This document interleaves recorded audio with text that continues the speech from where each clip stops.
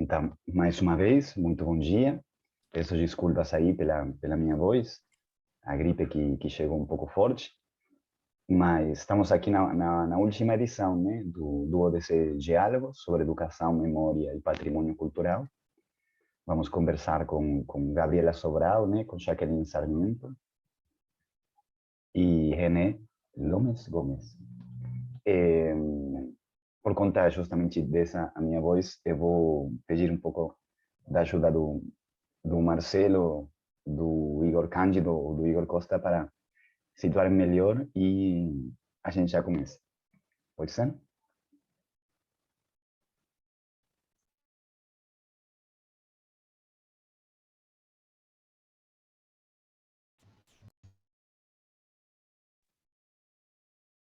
Qualquer um dos três que quiser, que puder. Bom dia, Juan. Obrigado. Bom dia a todos, né? Todos que estão presentes aqui hoje. Bom dia. Estão presentes conosco aqui no último ADC Diálogos.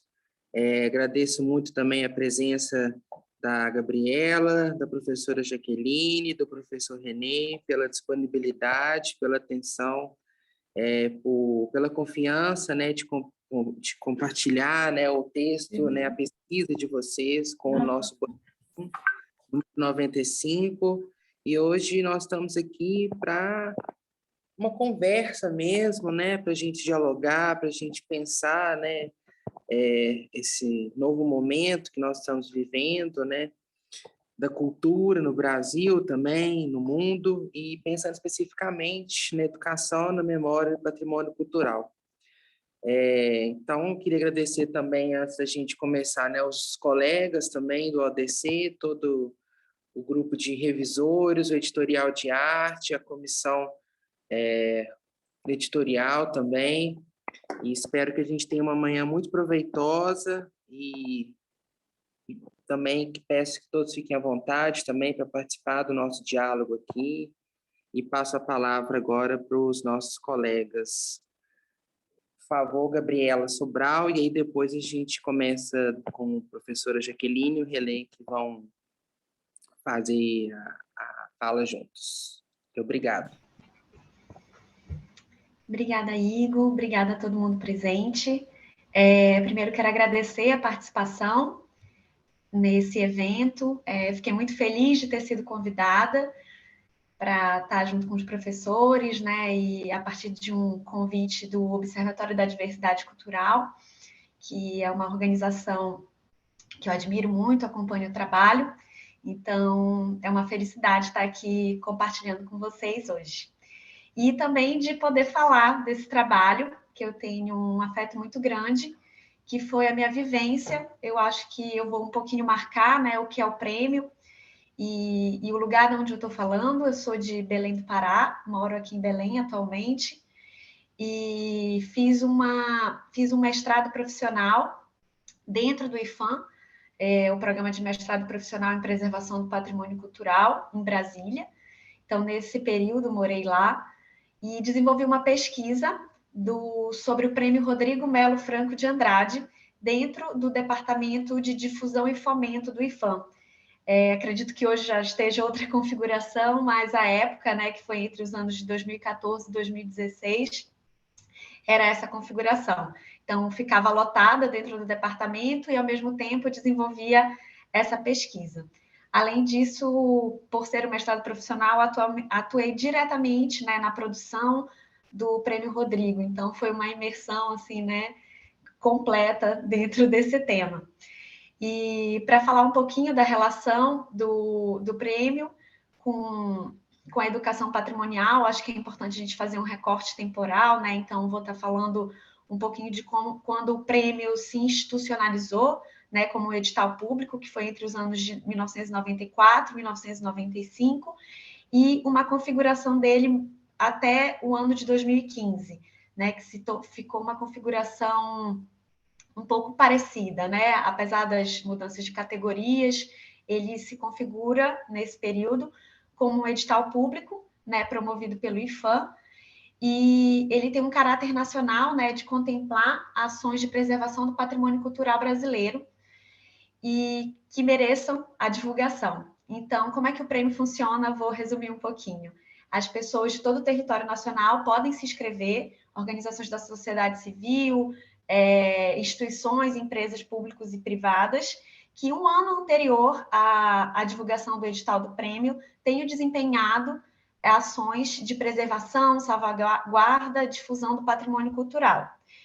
E o que é interessante do prêmio, e quando ele dialoga um pouco, né, com a questão da ampliação do conceito de patrimônio cultural, é que a instituição, quando o prêmio surge em 1987, como uma medalha de menção honrosa.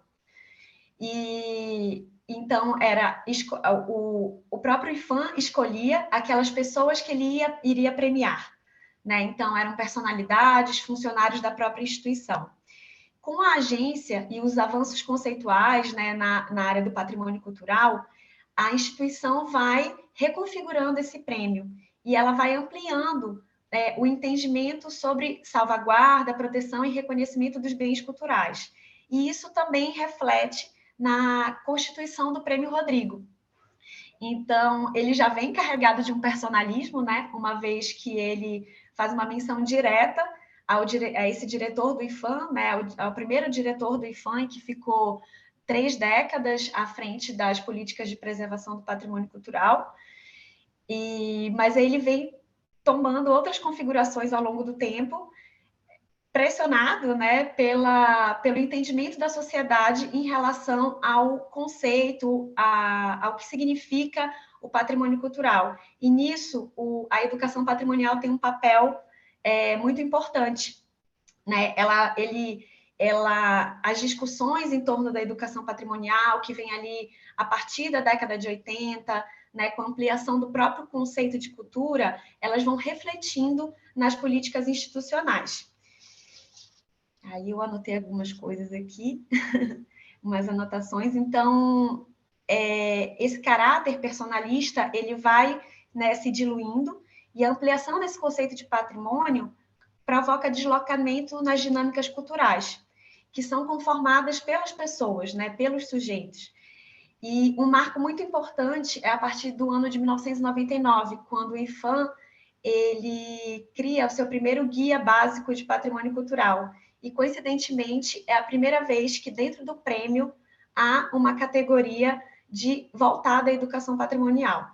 Então, né, com esses avanços conceituais, né, da ampliação do conceito de cultura e da apropriação política da sociedade do conceito de patrimônio, é que vai se ampliando o reconhecimento da própria instituição sobre as manifestações que a sociedade está trazendo. É um jeito, vamos dizer, né, da instituição responder a algumas demandas sociais. Se dentro das suas próprias políticas públicas mais amplas, ela ainda não responde, muito atrelada ainda à divisão, né, do patrimônio material e do patrimônio imaterial, no prêmio a gente percebe, né, pela primeira premiação e pelas pessoas que são premiadas, pelas iniciativas que são premiadas, que é uma espécie de resposta da instituição, né, ao que a sociedade vem entendendo como patrimônio cultural. Então, o Prêmio Rodrigo, muitas vezes, é um instrumento de responder e friccionar demandas não atendidas pela instituição nas suas políticas públicas mais amplas. Ao mesmo tempo, é um diagnóstico de como a sociedade cuida do seu patrimônio. É uma contrapartida institucional para a sociedade, a partir da descentralização, né, dos debates sobre patrimônio, e acaba sendo uma resposta ao que a sociedade vem entendendo como patrimônio cultural. Então, dentro dos premiados do Prêmio Rodrigo, a gente vê muitas iniciativas na área de educação patrimonial. Então, são aquelas iniciativas que muitas vezes são desenvolvidas nos bairros, nas escolas, são desenvolvidas nas comunidades, no interior do Brasil. Há muitas iniciativas de manifestações populares. E aí, só falar um pouquinho, vou trazer um pouquinho da fala da Grace Cruz, que foi uma das uma das funcionárias do IPHAN que esteve à frente do prêmio, da organização do prêmio durante muito tempo. Então, ela diz, né, que por meio do Prêmio Rodrigo, é possível tomar conhecimento de como a sociedade brasileira tem se preocupado com seu patrimônio cultural, muitas vezes desenvolvendo ações com a participação de comunidades inteiras, que se dedicam e nos empolgam pela qualidade de seu trabalho. A maioria delas é exemplo para as populações dos grandes centros, que nem sempre têm uma visão participativa e uma relação de amor com a sua cultura. E o que isso tem a ver com a educação patrimonial? Quando a gente olha para essas ações, aqui não vai ser possível, né, nomear muitas, até pelo nosso tempo, mas muitas dessas ações são desenvolvidas com características da educação patrimonial, né, da participação dos bairros, vindo das escolas. Então, essas comunidades, elas representam o seu entendimento acerca do patrimônio, sendo agentes, né, e com agentes diretos da construção desse conceito e conformando a sua própria construção sobre o que seria memória e patrimônio. Então, de um olhar institucional, não é mais só o IPHAN dizendo o que deve ser patrimonializado, né? É a própria sociedade também colocando o que ela entende como bens culturais que devem ser salvaguardados, protegidos. E o prêmio Rodrigo foi se desenhando, né, nessa direção, instituição e sociedade.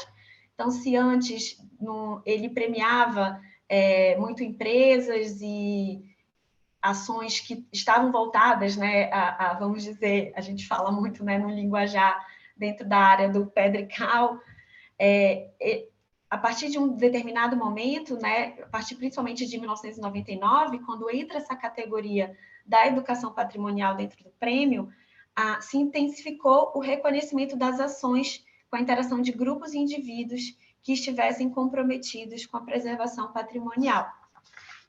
E o que é muito interessante do prêmio, no seu desenvolvimento, né, e a partir do artigo, quem tiver interesse vai poder se aprofundar um pouquinho mais, a sociedade ela está indo na direção, né, de pedir, né, e reivindicar o seu direito à memória, né? O direito à memória enquanto um direito de cidadania, né, que é carregado desses valores tão intangíveis que às vezes uma visão institucional não dá conta e que eles são construídos, né, socialmente.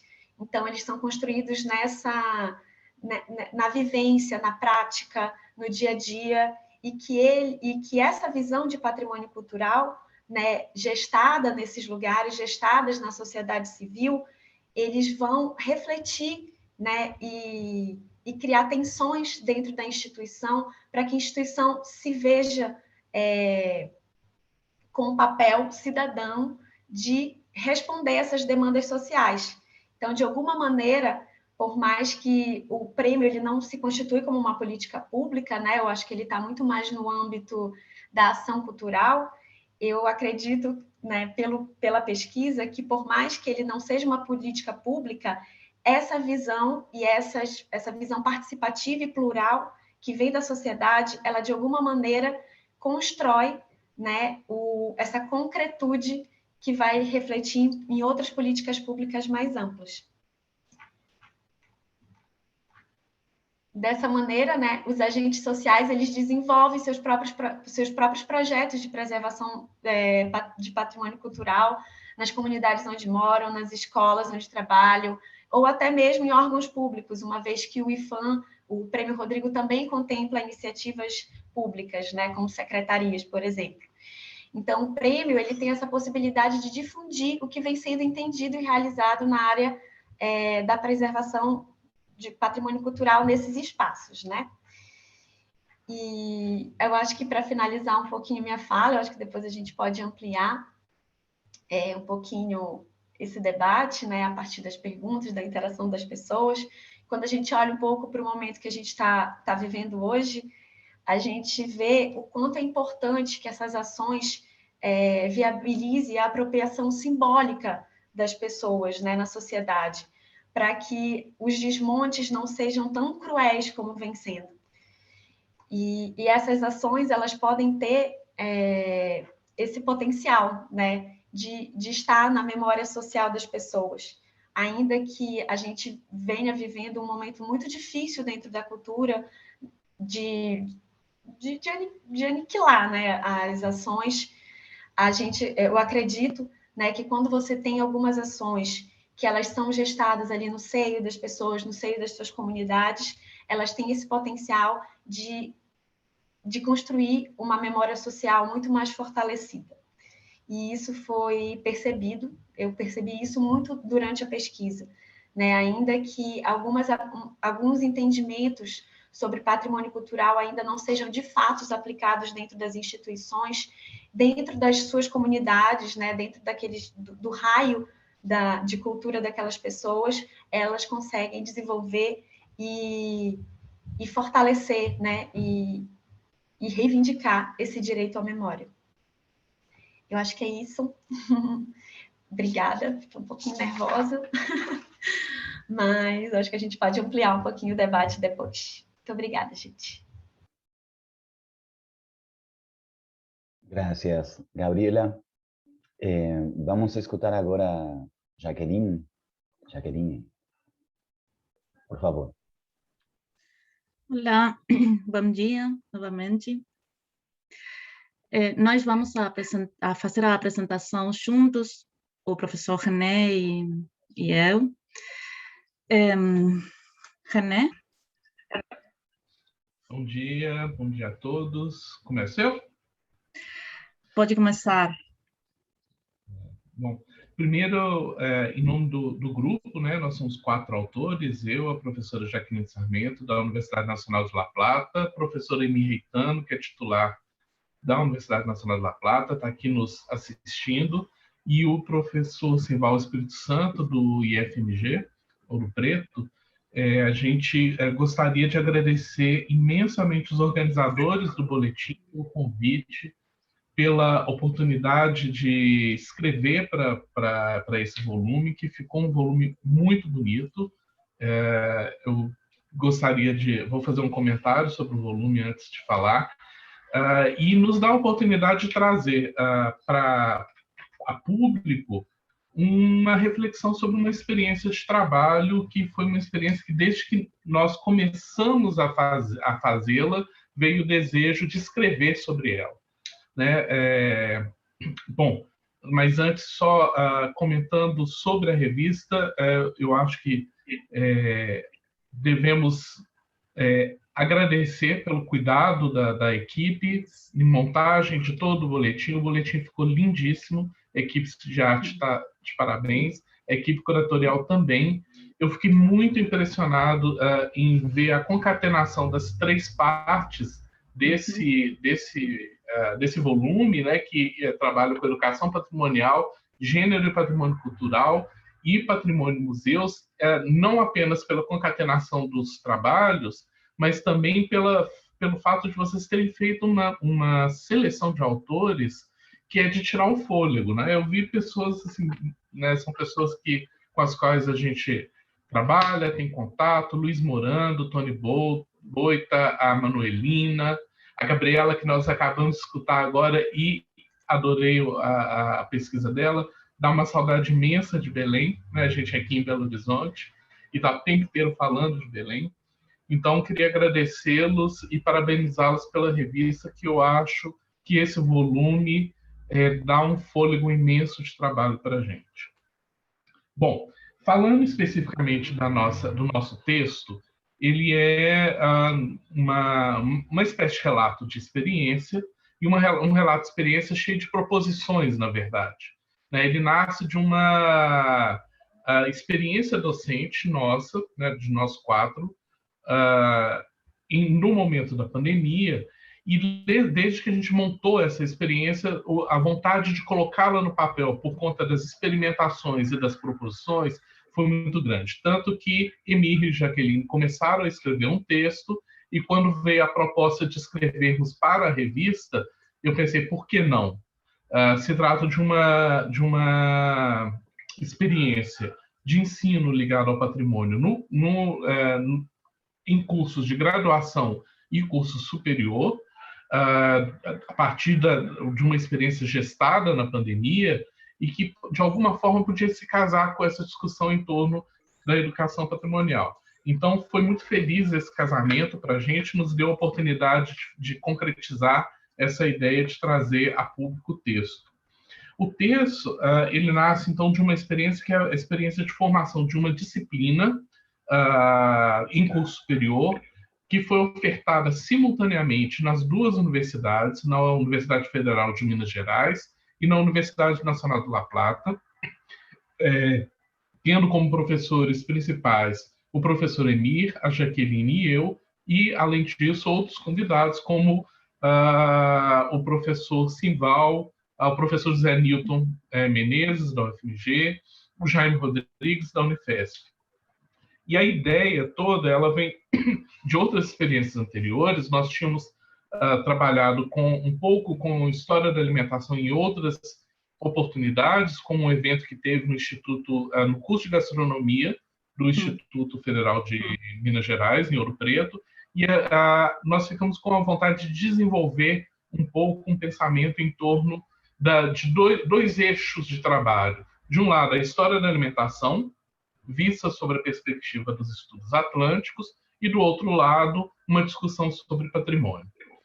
A situação da pandemia, que foi uma situação de precarização imensa do ensino superior, nos deu a vontade de buscar novas formas de trabalhar e de, com isso, a gente conseguir um pouco tirar o que era melhor da situação do isolamento social, né? Tirar o melhor proveito possível, que é o fato da gente ter tido todas as nossas plataformas de ensino migrado para o ensino remoto, e com isso abriu-nos a possibilidade de trabalhar simultaneamente com duas universidades em dois países distintos, com alunos que falam línguas diferentes, que têm um patrimônio cultural distinto, um background cultural muito diferente, mas que se conecta em muitos momentos.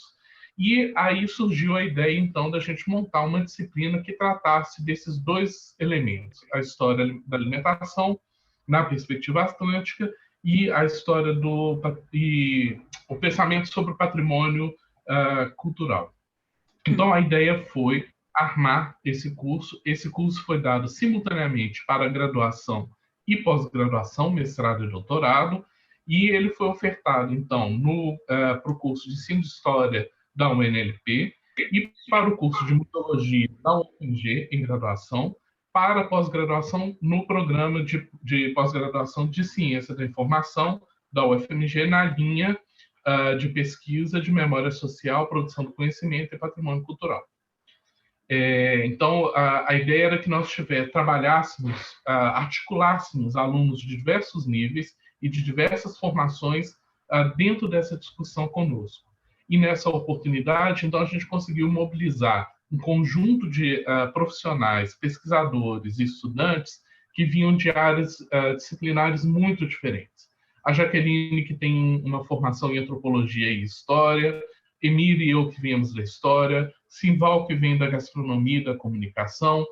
Tivemos alunos de mestrado e doutorado em história, em ciência da informação, alunos de graduação e mestrado em museologia, conservação de bens culturais, gastronomia, e teve mais alguma coisa que eu estou perdendo. Bom, essa experiência, então, a ideia era a gente conseguir tomar esses campos da história da alimentação e do patrimônio a partir de uma perspectiva transdisciplinar e pensando alguns marcos teóricos e alguns marcos de ordenação do trabalho que fossem importantíssimos para a gente construir um curso diferente em torno da história da alimentação.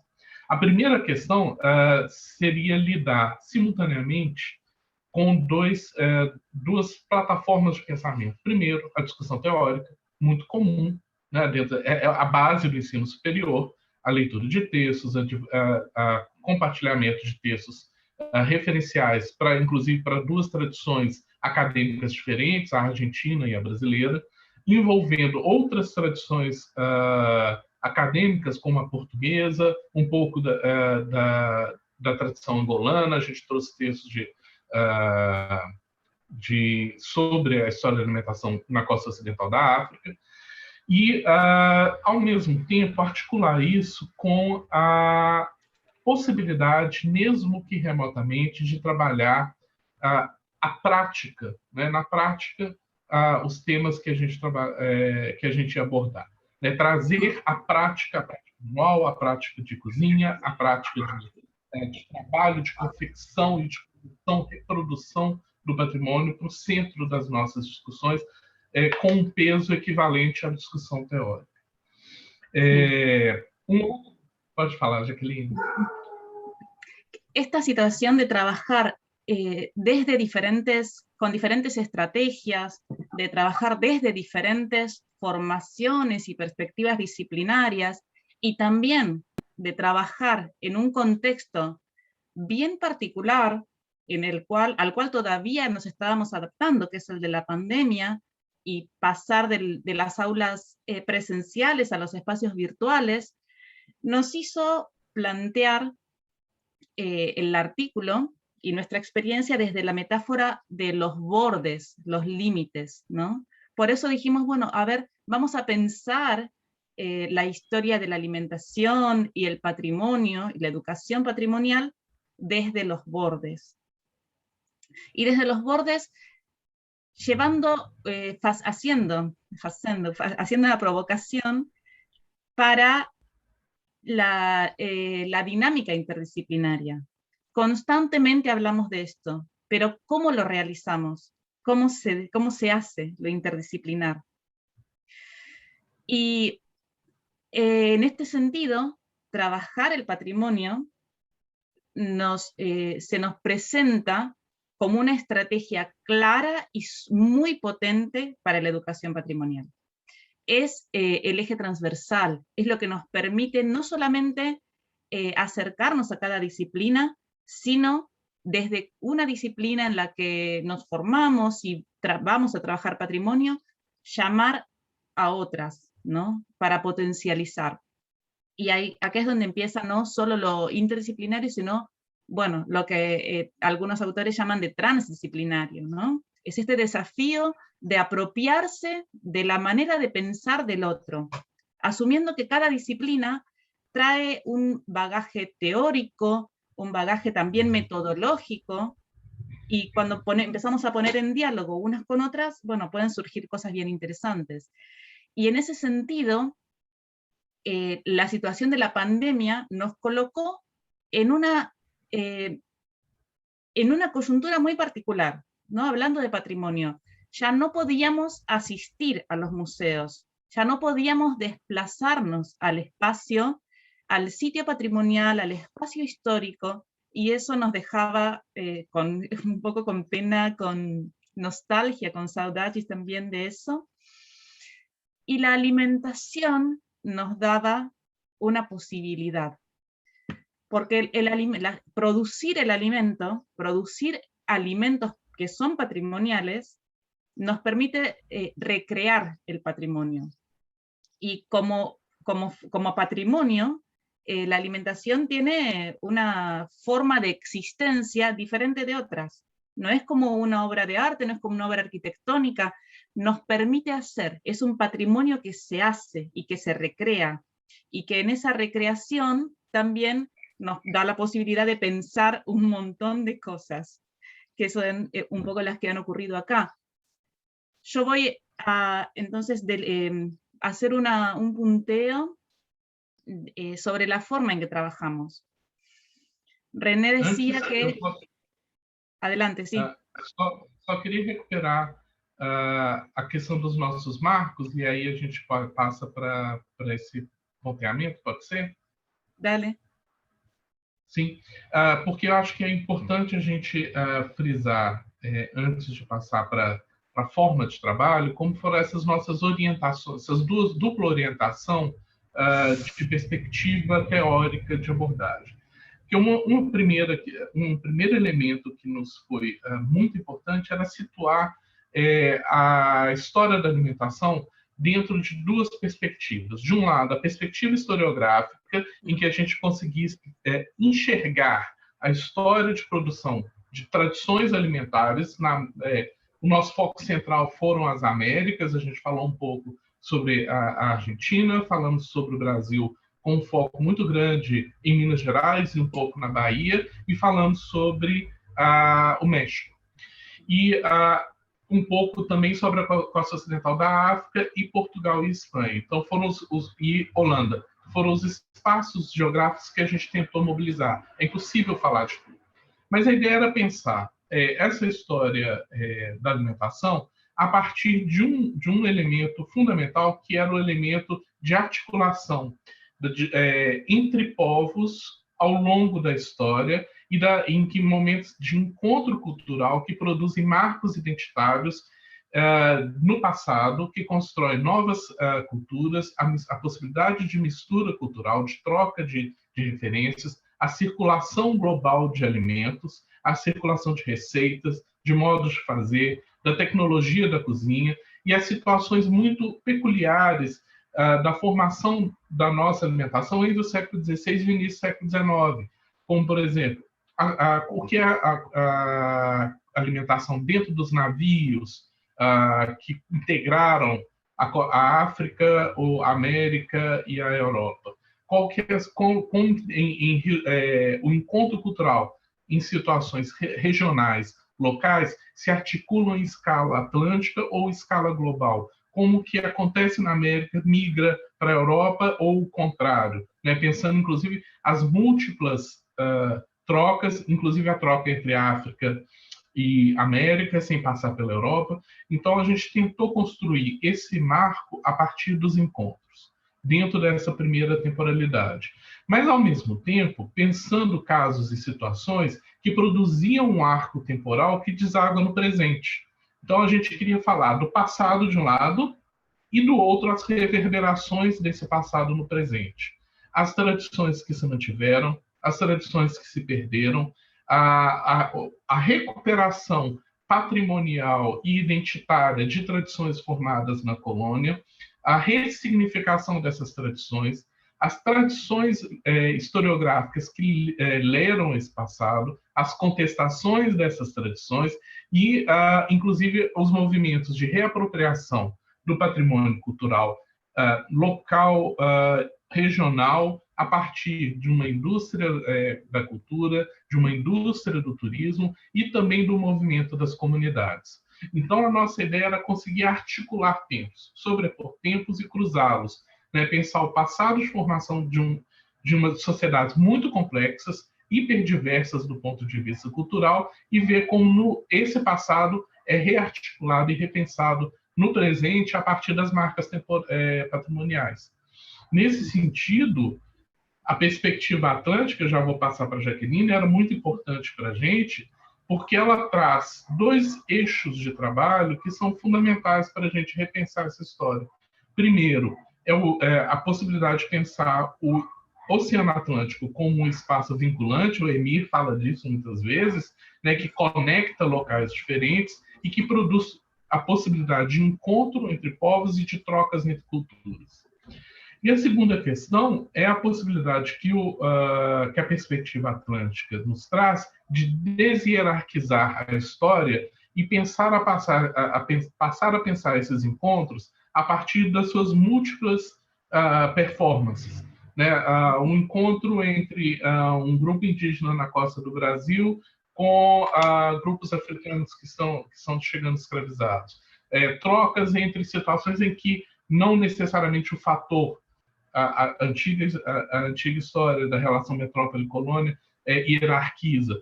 Então, a possibilidade de trazer, inclusive, as vozes que são apagadas ou subalternizadas na história para dentro dessa construção de reflexão. O que é importante, fundamental, tem uma importância fundamental no momento de olharmos para o passado, porque dá luz para a forma como hoje as comunidades resgatam essa história. Jaqueline, ¿se quer pegar daí? Sí. Bueno, todo lo que acaba de presentar René suena sumamente complejo, ¿no? ¿Cómo hacemos? ¿Cómo hacemos para llegar a esto? ¿Cómo hacemos para involucrar tantas cosas, tantos aspectos? La perspectiva historiográfica, la identitaria, lo actual. Ahí es cuando la alimentación, la cocina y como él decía, lo performativo puede convertirse en una estrategia fantástica que condensa, que reúne estas situaciones. Entonces yo quería colocar el ejemplo que es quizás el más claro, el más didáctico para ver, que es el del azúcar, ¿no? Un producto que solamente podemos entender que se haya desarrollado, como podemos entender su historia y su importancia en este gran escenario de conexiones. Solamente podemos entender así que la caña de azúcar, que es originaria de Nueva Guinea, haya tenido una historia en lo micro, podríamos decir, una historia bien localizada, que va llegando, pasa por Asia, se domestica, pasa por Asia, llega a la península ibérica y todavía es un producto escaso, es un producto raro, que se utiliza más bien como especia o incluso con un uso medicinal, pero es con la producción atlántica, es cuando empieza a desarrollarse la producción azucarera a gran escala, primero en Brasil, luego en las Antillas, que este producto alcanza otro nivel no solamente en cuanto a la cantidad, sino a lo que se produce en cuanto al intercambio de técnicas. El uso del azúcar como conservante hace que empiecen a transmitirse técnicas desde la península ibérica a América, desde América a Europa nuevamente, ¿no? Y luego, desde acá tenemos, ¿no? En el presente, yendo al presente, movilizándonos entre el pasado y el presente, tenemos la producción de dulces, la dulcería, como algo típico y característico y fuertemente identitario en regiones como el nordeste de Brasil, en regiones también de Portugal específicas, que solamente podemos entender teniendo este trasfondo atlántico por detrás. No solamente la producción azucarera, no solamente es circulación de productos, es circulación de personas, claramente, por eso dije el caso del azúcar, claramente la producción azucarera necesitamos asociarla a la esclavitud, ¿no? Al ingenio azucarero, a esta formación social, pero los dulces también. Y la transmisión de recetas, de formas de hacer, que no es solo lo escrito, y acá viene otra vez lo performativo. Necesitamos también de lo que ocurre, todo lo que acontece alrededor de ese registro documental. Y ese registro documental también viaja y va de un lado al otro. Un registro que hace tiempo atrás, o sea, recientemente está siendo valorado, estudiado en profundidad, qué es lo que aparece en la receta y qué es lo que no hay en la receta. Y cómo en esa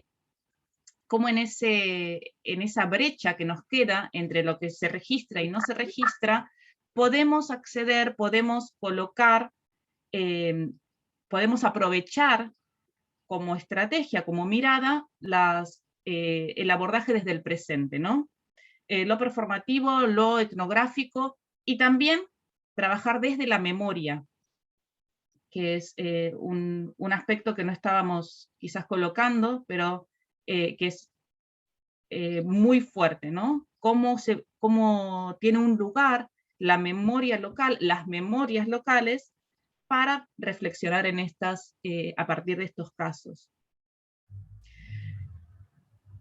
Entonces, ahora sí, teniendo todo esto, toda esta intención, el recorte temático, el posicionamiento teórico, disciplinar, ¿cómo trabajamos?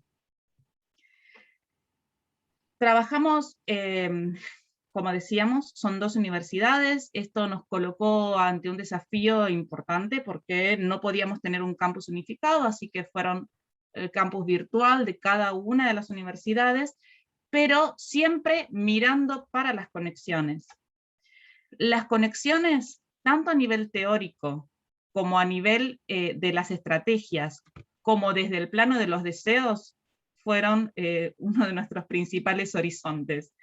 Pensar la historia atlántica y pensar luego también qué era lo que realmente queríamos y necesitábamos en ese momento.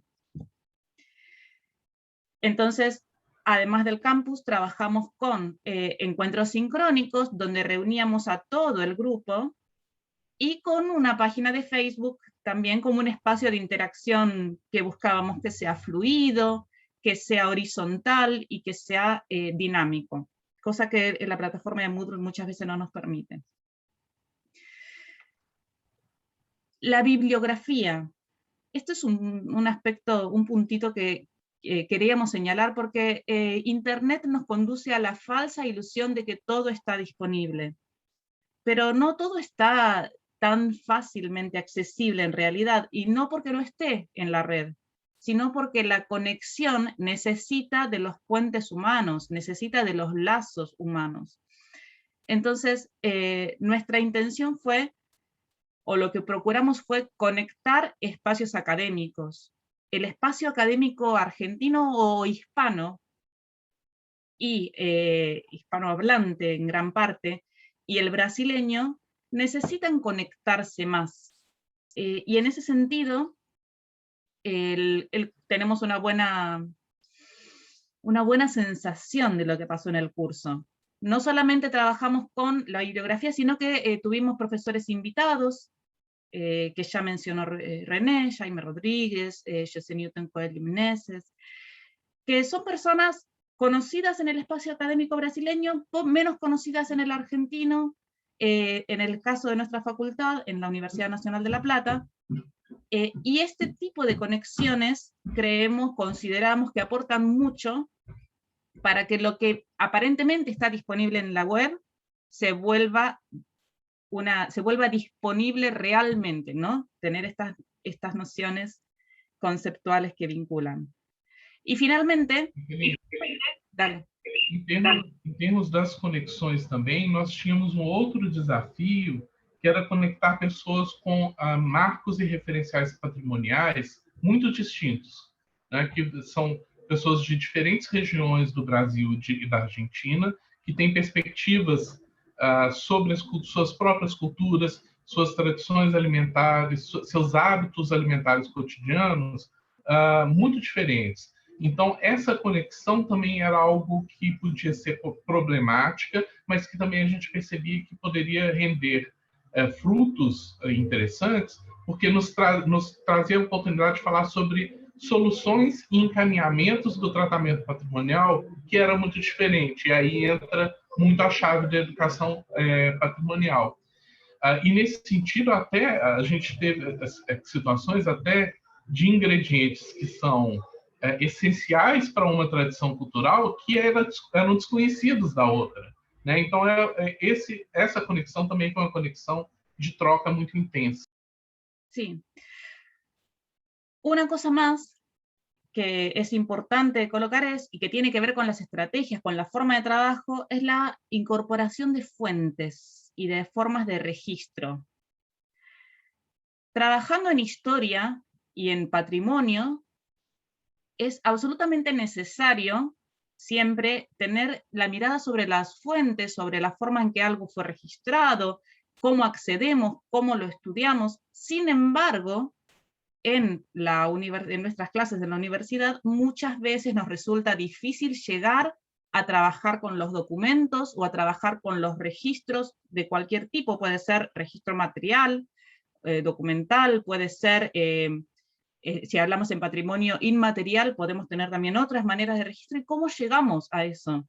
Y muchas veces lo que nos pasa es que no tenemos tiempo, que las clases se nos van, tenemos que dedicarlas a otras cosas, a la discusión bibliográfica, ¿no? Y llegar al registro nos queda como un deseo.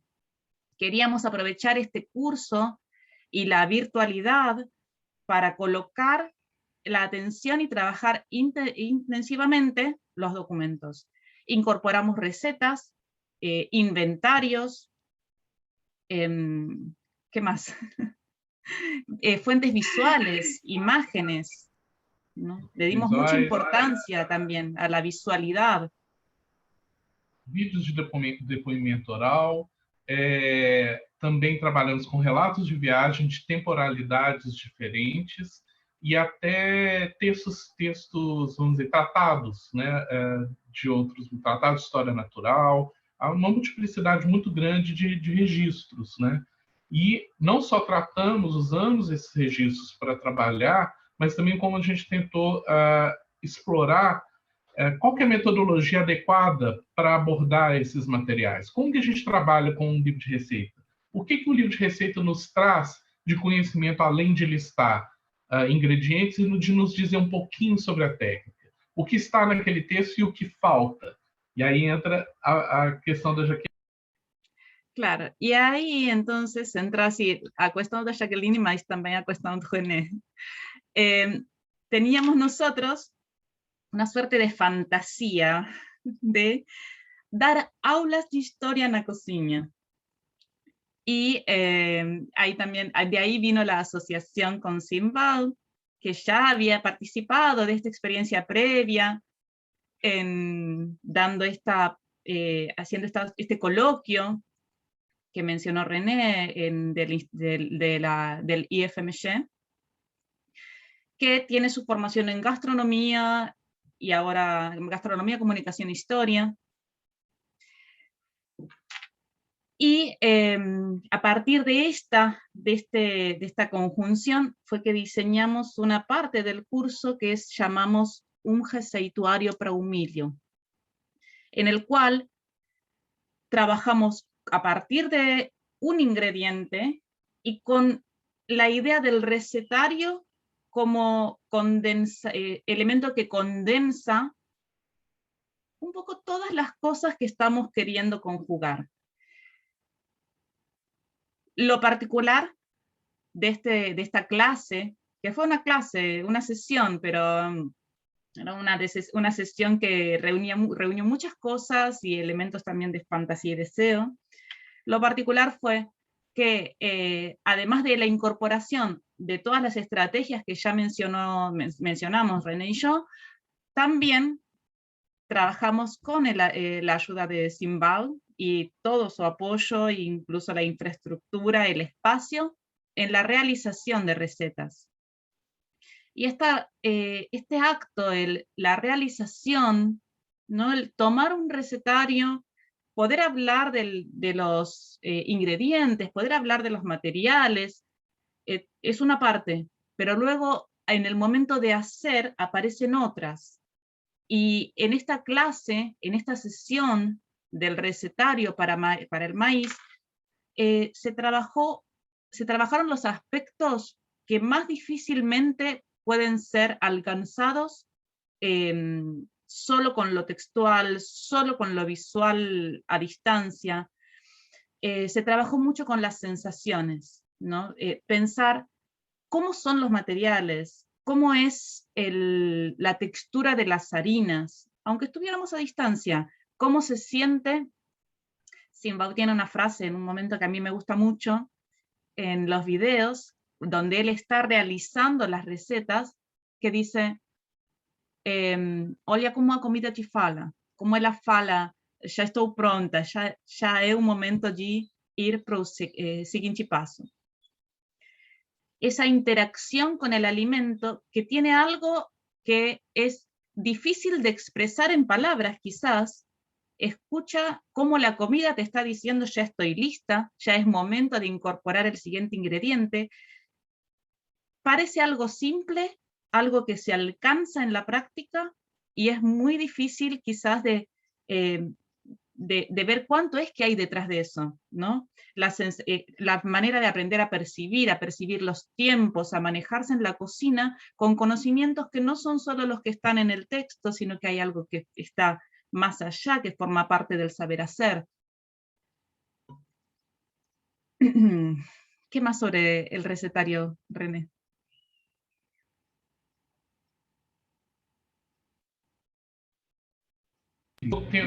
Eu vou tentar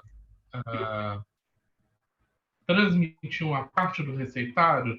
Me digam se vocês estão vendo. Deu para ver? Sim.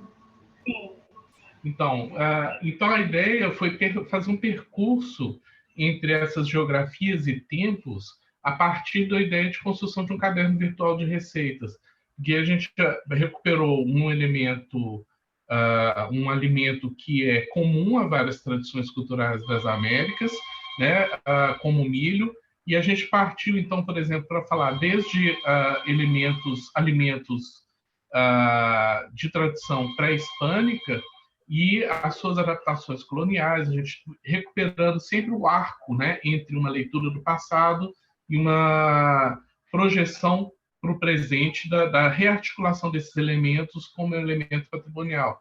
Então, a gente teve situações, por exemplo, de reconstrução da receita dos tamales feitos na Cidade do México pela Jaqueline com uma cozinheira local. Não sei se vai dar para ver, mas a gente fez a mesma coisa com relação às pamonhas, e pensando a diferença entre produção e de inserção social entre esses elementos, e depois construindo a partir dos textos teóricos que a gente leu, a gente foi construindo toda uma narrativa sobre a circulação global do milho americano, as suas várias formas de utilização do tempo, seja ele in natura, seja como farinhas, seja na construção de fubás, de ensopados. E aí a gente foi construindo um pouco essa ideia das culturas do milho a partir da América para o resto do mundo.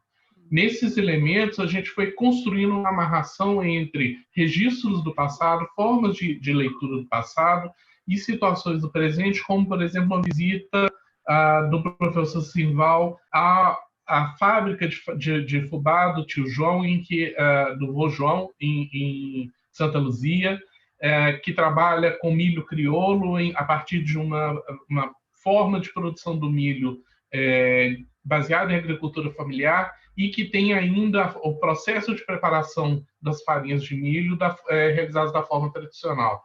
Então, a gente foi casando documentos do passado histórico com esses registros de situações e práticas ainda existentes nessas regiões. Então, esse receitório ele foi muito interessante porque nos permitiu abordar esse tema a partir de vários registros, né?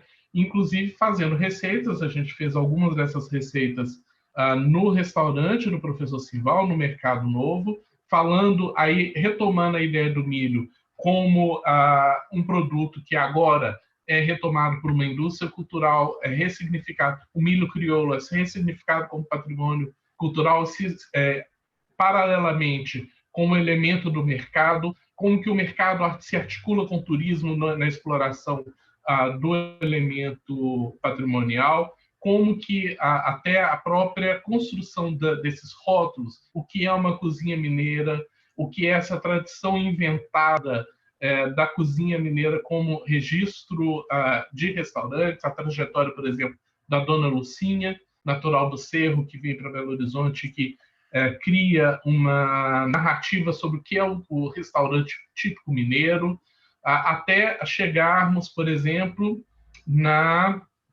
no uso do milho em substituição aos grãos africanos. Na África do Sul, por exemplo, com a gente produzindo pap, que é um cozido de fubá, de milho branco, que é uma receita que o professor Simval trouxe da África do Sul e aí nos ensinou a fazer isso tudo. A gente teve as aulas práticas de reconstituição das receitas. E isso, junto a isso, a gente trabalhou também registros literários, registros imagéticos, textos do passado, né, articulando o tempo inteiro esses elementos. E pensando nessas geografias, o papi com a canjiquinha de Minas, os tamales do México, as pamonhas daqui, né, sempre pensando distâncias e proximidades.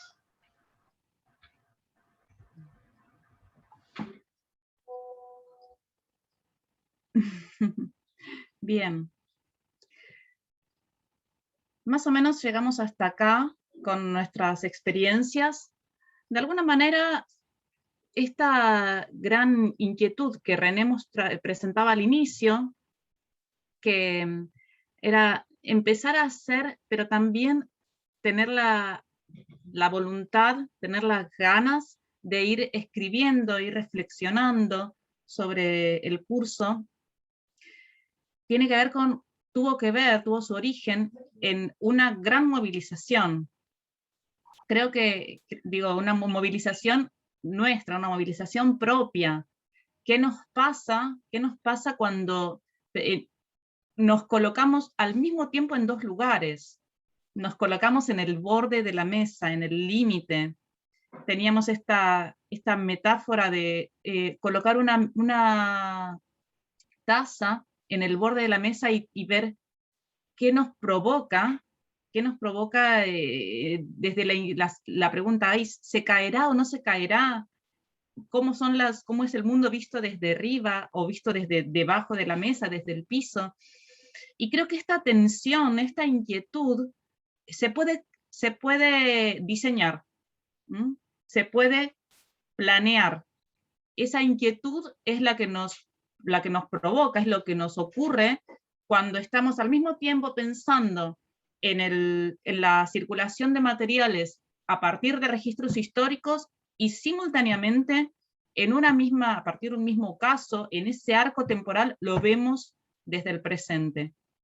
Y eso nos despierta preguntas, nos da una sensación de ir y venir, ¿no? Nos invita a ver otras estrategias, a recorrer otros caminos.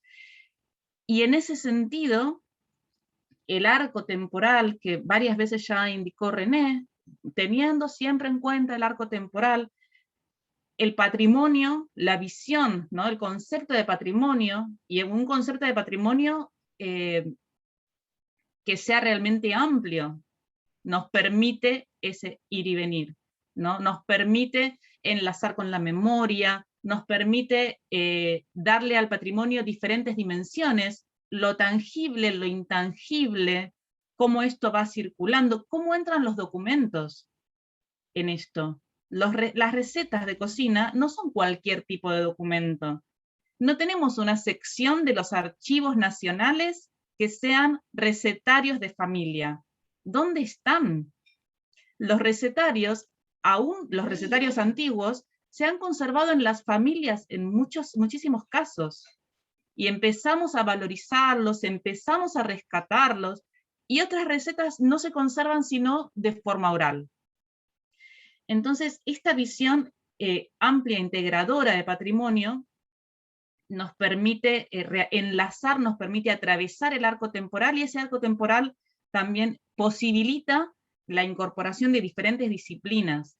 Y en ese sentido, con mucho entusiasmo, planeamos el curso, con mucho placer lo hicimos, y sí nos dejó con muchas ganas de reflexionar un poco más sobre eso. Para mí fue una alegría haberlo hecho no solamente del curso, sino también la oportunidad de retomarlo, de reflexionar un poco más, y más todavía de poder conversar ahora. Espero que haya sido de interés. René. Eu tenho que fazer, só antes de finalizar, um apontamento de que toda essa junção e essa conversa, ela se dá por conta de vamos dizer, o alimento não nasce se a gente não tem um solo fértil e bem preparado. E esse solo fértil e bem preparado, ele surgiu com a possibilidade que o grupo Montevideo, que é um grupo, uma associação de universidades, nos deu, que permitiu o primeiro encontro com a Jaqueline, vindo como professor visitante na UFMG. Posteriormente, eu fui recebido pela Jaqueline e o Emir na UNLP, e a partir desse momento nós conseguimos articular muitos trabalhos entre o Centro de História Argentina e Americana e o nosso programa de Museologia e de Ciência da Informação. E fundamental papel do Emir como articulador desse grupo, e o coordenador do programa interinstitucional de pesquisa em História Atlântica, que nos reúne dentro desse trabalho, o EMIR tendo como vice o professor Victor Pereira. E esse trabalho institucional que nos deu base para fazer, né, para decolar para os nossos sonhos e nossos desejos. Então, tenho que agradecer a mim, até pedir que, se ele quiser dizer algo sobre a disciplina, que diga, e também fazer a chamada para as nossas jornadas, né, porque pode ter gente aqui interessada. Oh, muito obrigado. Bueno, voy a hablar en español porque mi portugués, bueno, provocaría malos tratos a la lengua de Camões. Esto, como bueno, ya han explicado muy bien René y Jacqueline, es un punto de partida. Lo que nos interesa es el futuro, porque también nos ha vinculado, nos ha permitido vincularnos con temas que por ahí estamos en distintas universidades, en distintos países, pero la temática es recurrente, es siempre la misma, nos provocamos las mismas preguntas, y es una forma desde muchas disciplinas, desde lo culinario, lo antropológico, la historia del arte y la historia en sí misma, nos permite entrar en esa historia distinta, desde otro punto de partida, con otras fuentes, que no son fáciles de conseguir. Es todo un desafío, es difícil, pero nos gustan los desafíos y nos gusta trabajar con este tipo de fuentes que nos permite también llegar a una historia al ras del suelo, una historia de los sectores también bajos, que también tiene su cultura culinaria, que no se la pensaba, siempre se pensó en la cultura culinaria casi como una cultura de élite, y aquí no es así, ¿no? Estamos viendo otra cosa. Las fuentes son complejas, hay mucho testimonio oral y eso dificulta el trabajo del historiador, que está acostumbrado al archivo, pero no es imposible el desafío. Por eso esto lo que tiene es un punto de partida, es una idea de nuevos desafíos, encarar estos temas o estas temáticas con nuevas perspectivas de abordaje y seguir adelante con ella. Este curso nos permitió encontrarnos, plantear la problemática analítica, el desarrollo del mismo y lo que falta todavía. Nos señaló también las falencias, los espacios vacíos que todavía hay en este tema. ¿A dónde quiero llegar? Bueno, quiero llegar de que es un punto de partida para muchas generaciones de nuevos historiadores, donde pueden encontrar futuras tesis, proyectos de investigación y perspectivas de análisis, en las cuales se abre realmente un espacio y un abanico de posibilidades muy enriquecedoras y que permitirán también esas nuevas investigaciones. Y por eso también quería invitarlos a las Jornadas Atlánticas, que van a ser las segundas Jornadas Atlánticas, pandemia mediante, ¿no? En octubre del próximo año, en el cual esta temática va a tener un espacio, porque dentro de las temáticas abordadas dentro de las Jornadas de Historia Atlántica va a haber una que va a ser precisamente esta del sabor del mar océano, esta circulación de lo culinario. Entonces, bueno,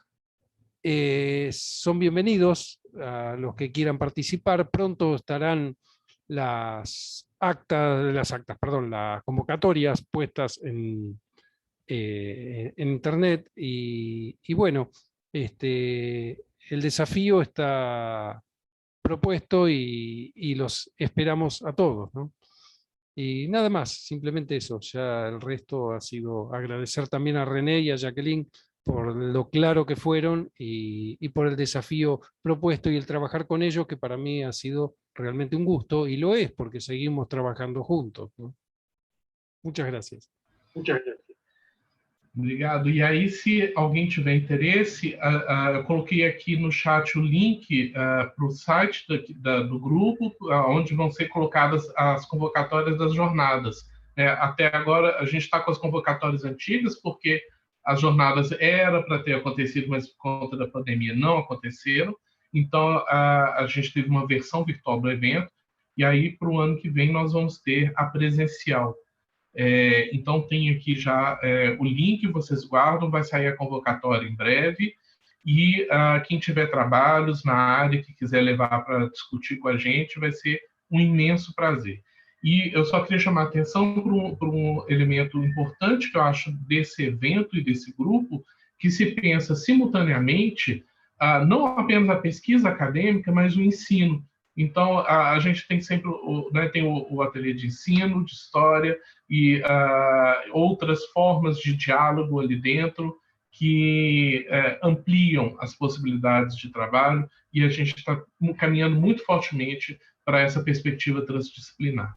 Então, mais uma vez, não sei se os colegas querem acrescentar algo, mas da minha parte eu encerro e agradeço, passo para Henrique e Jaqueline. De mi parte, solo agradecer una vez más y ya pasar y dejar abierto si alguien tiene más comentarios, preguntas o algo más.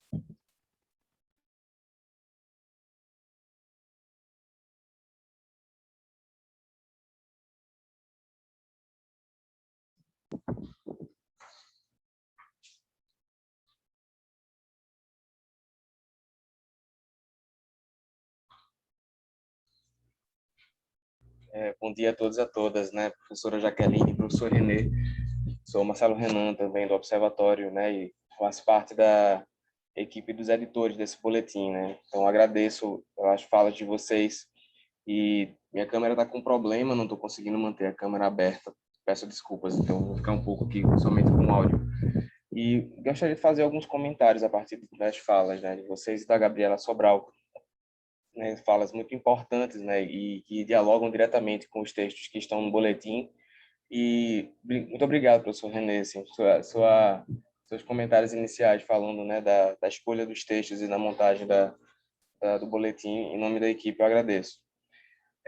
Queria fazer, na verdade, primeiro, começando por essa fala de vocês dois, da Jaqueline e do professor Renê, comentando o quanto que esse trabalho, ele traz para a gente um novo olhar sobre a dimensão do patrimônio cultural, e a professora Jaqueline falou bastante disso, a alimentação, a história da alimentação, trabalhar com a alimentação dentro do campo do patrimônio cultural traz uma nova percepção, porque é uma área em que o patrimônio ele é um patrimônio que ele é feito e refeito constantemente, e muitas vezes ele não é percebido dessa forma, pelas pessoas que diariamente trabalham com a gastronomia, trabalham com a alimentação, com a preparação dos alimentos, desde o cultivo até a preparação e a finalização mesmo, na cocção e na entrega desses alimentos para a mesa.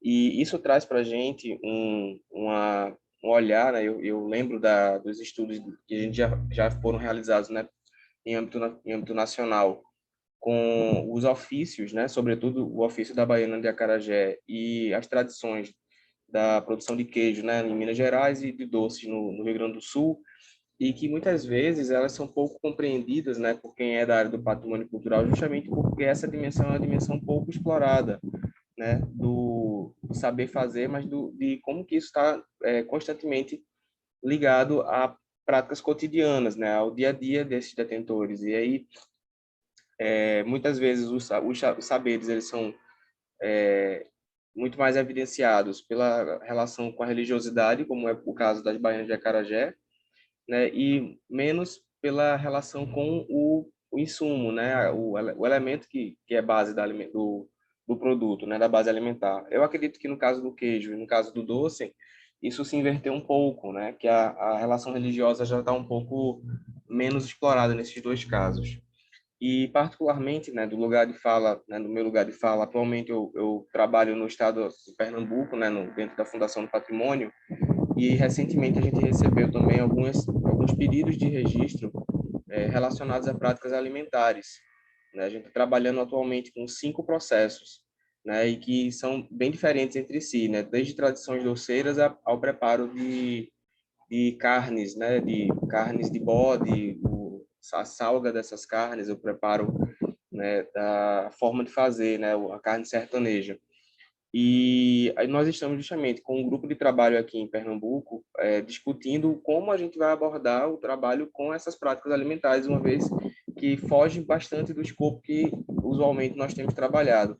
Então, eu queria abrir, né, fazer esse comentário para vocês, falando do quanto que o texto e as falas, né, a apresentação de vocês hoje apresenta para a gente caminhos, né, sobretudo caminhos de como abordar esses temas, né, dentro dessa nova perspectiva, né, dentro desses novos olhares do campo da história da alimentação, mas especialmente do campo do patrimônio cultural, que, como a professora Jaqueline falou, é uma área extremamente transdisciplinar, assim, ela faz com que a gente saia da zona de conforto completamente, né, que a gente busque no conhecimento do outro a forma de interpretar o conhecimento, né, que alicerça nossas interpretações sobre o campo do patrimônio cultural. E nisso eu faço a conexão justamente com o que Gabriela também falou para a gente na primeira fala, a partir da experiência com o Prêmio Rodrigo Melo Franco de Andrade, quando ela diz, né, que as experiências mais recentes, né, dos prêmios, das concorrências, né, dos trabalhos inscritos no prêmio e também reconhecidos no prêmio, contribuem para o alargamento dessa percepção do campo do patrimônio cultural, né, tocando aí diretamente na área da educação patrimonial também. E essas experiências, né, esses trabalhos, né, que são inscritos no prêmio, eles, na minha particular opinião, eles emergem de uma percepção das comunidades, do que é que elas entendem como sendo patrimônio cultural. E por mais que haja, né, dentro de uma política de Estado, uma política pública, um direcionamento, né, os eixos temáticos do campo do patrimônio cultural, por mais que haja as convenções, né, os textos norteadores dessa área, a gente percebe justamente numa experiência como essa do Prêmio Rodrigo Melo Franco, como muitas vezes a ideia de patrimônio ela surge a partir de outras epistemologias, né? E naturalmente a gente tem visto, né, trabalhos, né, vinculados a populações indígenas, a povos tradicionais, a outros povos tradicionais, comunidades quilombolas. Lembro de uma experiência aqui de Pernambuco que foi premiada no Rodrigo Melo Franco, né, que é um quilombo indígena. É uma área, é um território diferenciado, onde você tem a presença dos dois povos tradicionais convivendo dentro do mesmo espaço geográfico, mesmo território. Mas nas políticas públicas eles são distintos, né? São dois tipos de comunidades, né? Uma comunidade é quilombola, a outra é indígena. E naquele espaço eles se veem como um ocupante do mesmo território. Então, a experiência a partir, né, das inscrições de candidaturas no Prêmio Rodrigo Melo Franco de Andrade, elas certamente apresentam para a gente uma outra forma de abordar o patrimônio cultural. E, nesse caso, como é muito vinculado, né, diretamente vinculado ao IFAM, a forma de lidar, né, com as etapas estadual de análise do prêmio e depois a etapa nacional, isso faz com que o próprio IFAM ele revisite determinados conceitos. Porém, conhecendo o IFAM, né, a gente que é pesquisador dessa área e trabalha nisso já há algum tempo, a gente sabe que muitas vezes o diálogo interno ele não acontece no mesmo ritmo em que as áreas setorizadas elas trabalham as políticas públicas.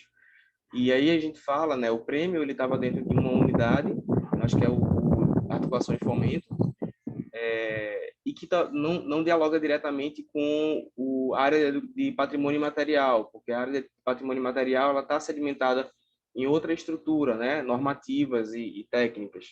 Então, muitas vezes esses desafios eles acabam tardando a chegar nos principais envolvidos com a preservação do patrimônio cultural, né? E aí o Estado, né, o Estado ele na tentativa de criar instrumentos, né, para abraçar essas diversidades, muitas vezes ele acaba engessando muito mais as interpretações sobre essas diversidades, né? E eu me coloco nesse lugar, né, como um pesquisador, mas também como um agente do Estado. Aqui em Pernambuco trabalho no serviço público e estou diretamente trabalhando com isso, né, com a visão das comunidades sobre o que é que elas entendem e nos apresentam como sendo patrimônio cultural. E muitas vezes a gente como eu posso dizer assim, talvez até de uma forma viciada, levados a interpretar o sim e o não, e não de relativizar como eles interpretam, né, o patrimônio cultural. Então às vezes a gente tenta fazer com que as comunidades se adequem ao Estado e não o contrário. E com esses comentários, né? Vendo o diálogo, né, do que vocês apresentaram para a gente, né? Gabriela trazendo uma experiência muito pontual a partir, né, do prêmio, e vocês, professores René e Jaqueline, trazendo essa experiência que ela começa em sala de aula e extrapola, né, esse universo. Eu gostaria que vocês falassem um pouco para a gente de como que acontece, como esses retornos às comunidades eles acontecem a partir dessas experiências que vocês nos trouxeram. Para a Gabriela, eu queria perguntar como é que é a repercussão a partir da entrega do prêmio, né? A gente sabe que existe um ritual, né, da premiação do Prêmio Rodrigo Melo Franco, e eu queria saber como é que se existe, né, até o momento em que você esteve desenvolvendo o mestrado e acompanhando o processo, né? Se existe depois um acompanhamento posterior desses projetos, né? E de que forma o IFAM ele se articula com os projetos premiados. E, professor Jaqueline e professor René, como que essas comunidades, como é que esse trabalho que vocês realizaram, né, de coleta de informações, desse trabalho até a produção desses materiais, como isso reverberou, né, em todos esses lugares por onde vocês passaram e com o projeto?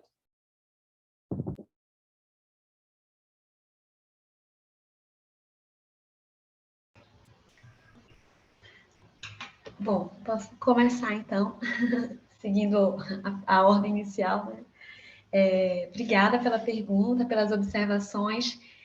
É muito engraçado o exemplo que tu trouxeste, porque quando eu pensei em dar um exemplo do tipo de iniciativas que são premiadas, né, no Prêmio Rodrigo, eu pensei nesse caso do quilombo indígena, que chamava Tiririca dos Crioulos, e ficou um pouco muito marcante assim na minha vivência do IFAM, né?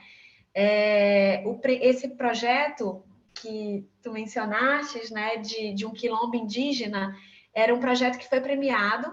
Eles fizeram uma espécie de museu, né, inventariando os seus objetos, né, os seus próprios objetos, e contando, e que isso refletia muito, né, a conexão entre a ocupação indígena, né, e a ocupação quilombola dentro de um mesmo território, e como é que essas duas populações, né, essas duas comunidades, por anos,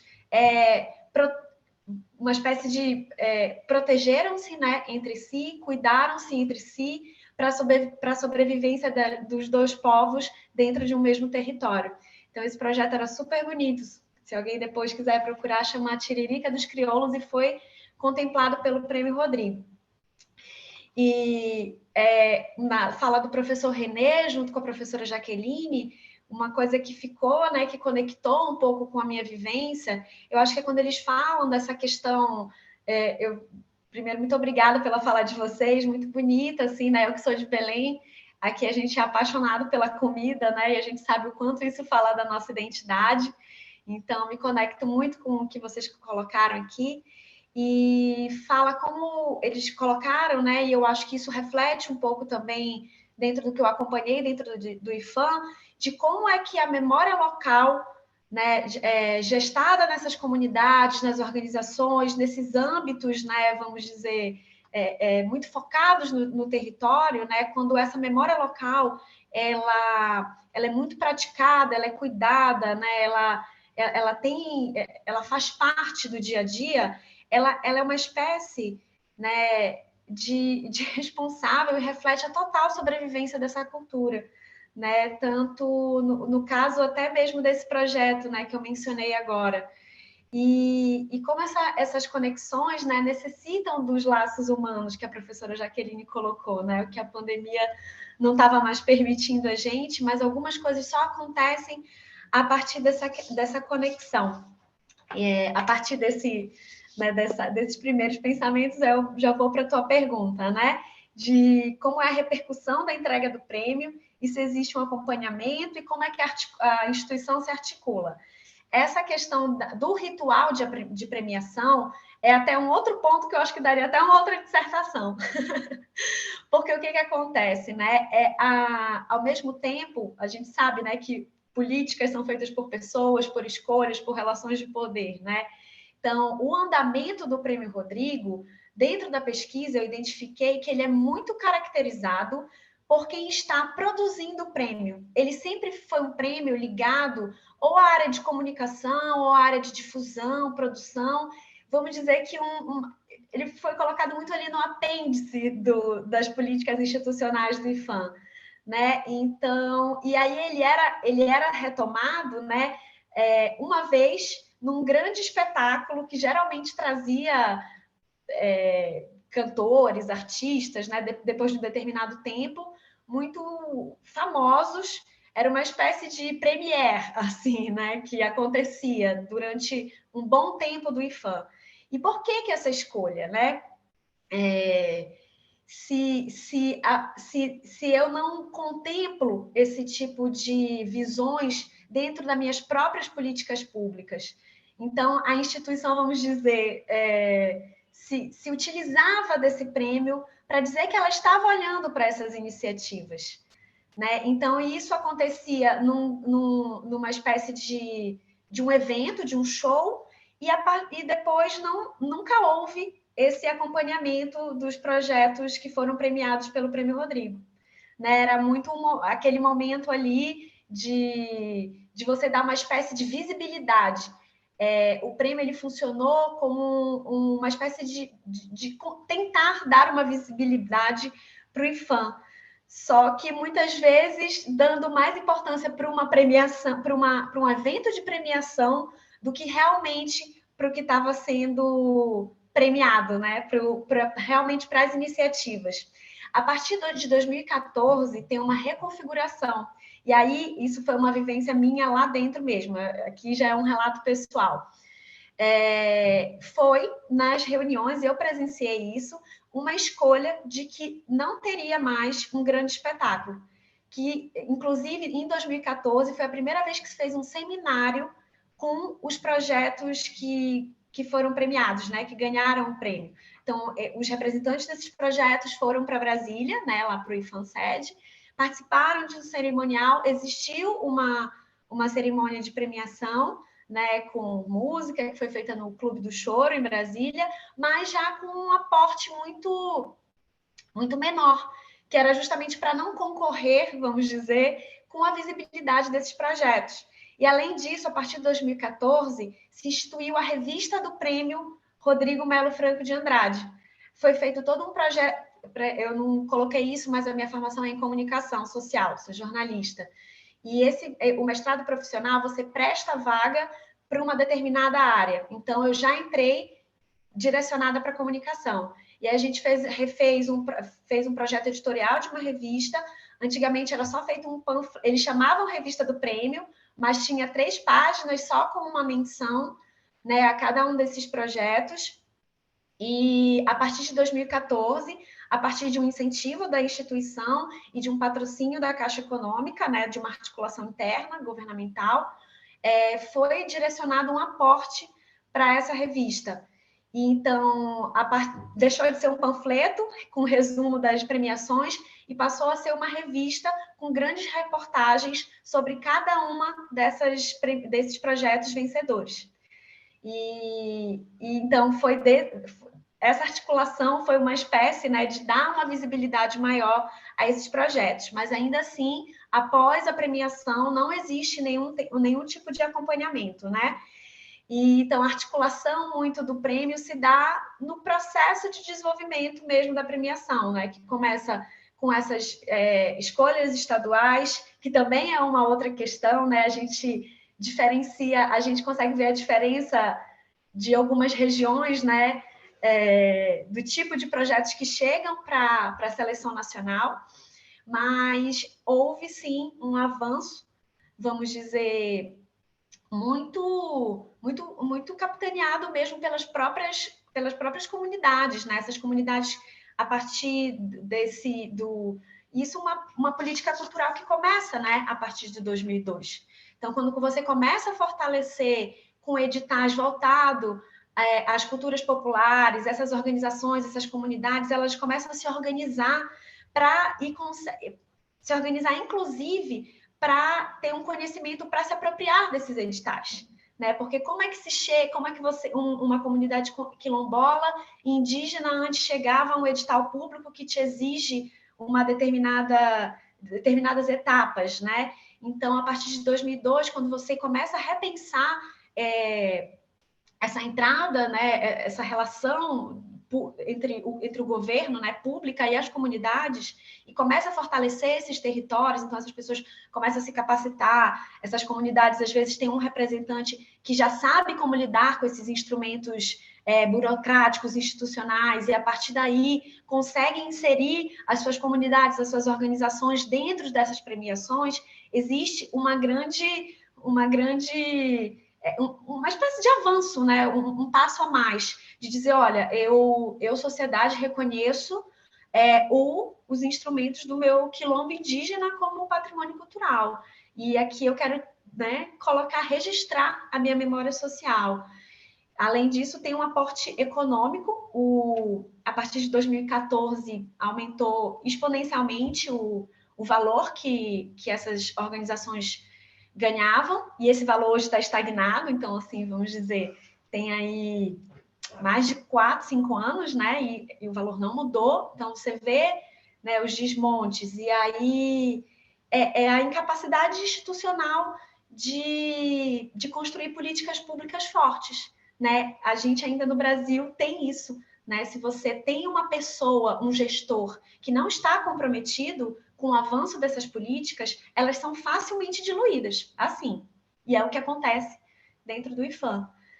Então, e já nessas comunidades, nas organizações, como elas têm uma memória social muito fortalecida, e que o tempo todo é cuidado, o tempo todo é gerido, o tempo todo, elas conseguem se fortalecer, ainda que não tenha um apoio das políticas públicas, né? Então, ainda tem muito a se avançar nessa articulação institucional com as comunidades, com a sociedade civil, com as organizações.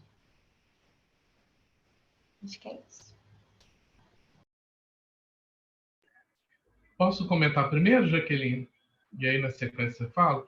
Bom, obrigado pelos comentários, Gabriela.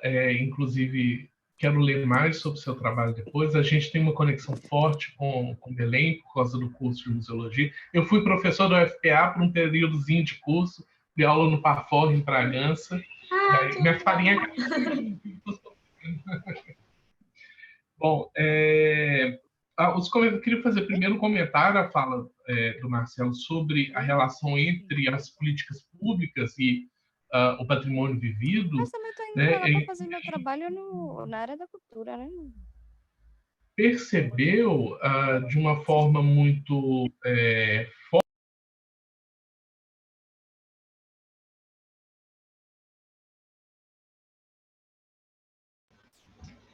Renê, o seu microfone está fechado.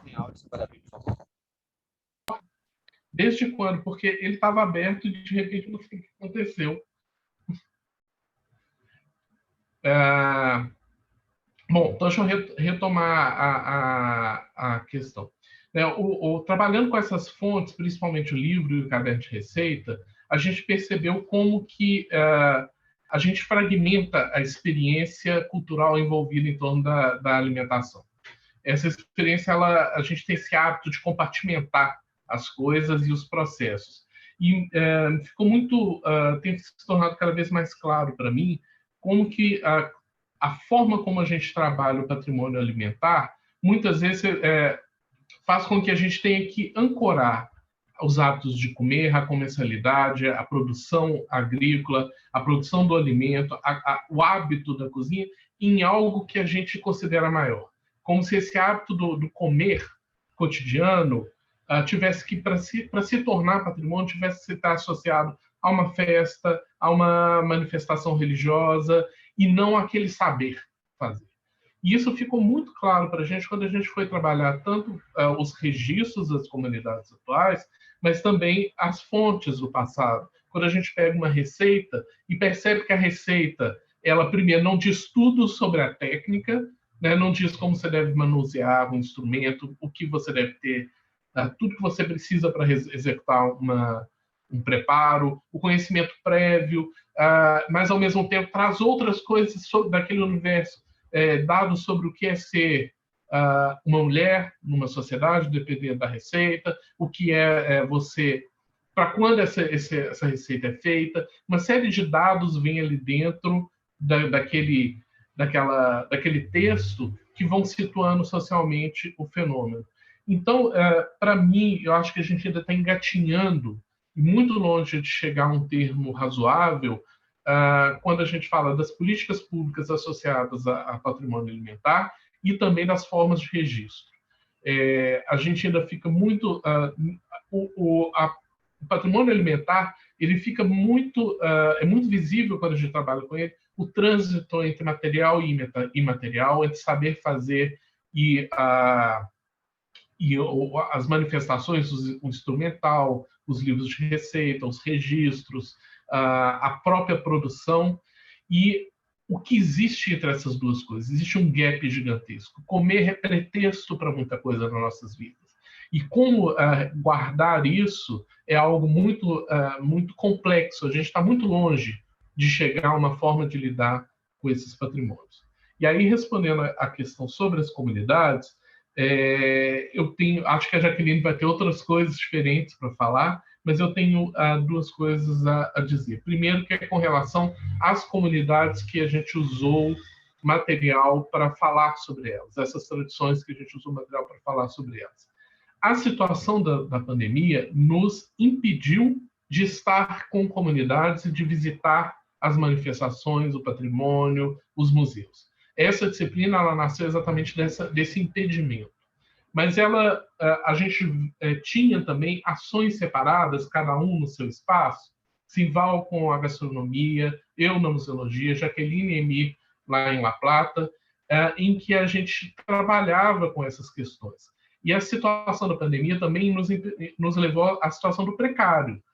Nós ficamos sem dar aula durante um tempo, sem saber o que aconteceu, e o que ia acontecer, e de repente nos falaram, vocês têm que dar aula a partir de daqui a 15 dias, e dar aula virtual. Vocês nunca fizeram isso, aprendam e façam. Então, nossa estratégia foi utilizar o que a gente já tinha.